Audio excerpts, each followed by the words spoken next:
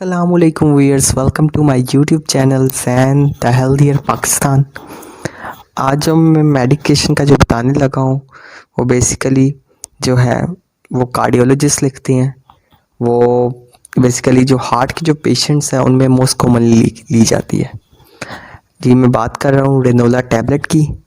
रेनोला tablet जो है इसमें रेनोलाजीन है 500 मिलीग्राम और ये एंजाइना पेशेंट्स के लिए जो है कॉमनली इंडिकेट की जाती है। एंजाइना बेसिकली हार्ट पेन को कहते हैं, उसके लिए बहुत ही ज़्यादा ये मौजू मेडिसिन है। इसके अलावा ये प्रेगनेंसी में या लैक्टेशन में बिल्कुल नहीं इस्तेमाल की जाती और इसे जो अगर प्रेफर किया जाएगा तो वो कार्डियोलॉजिस्ट ही प्रेफर करेंगे।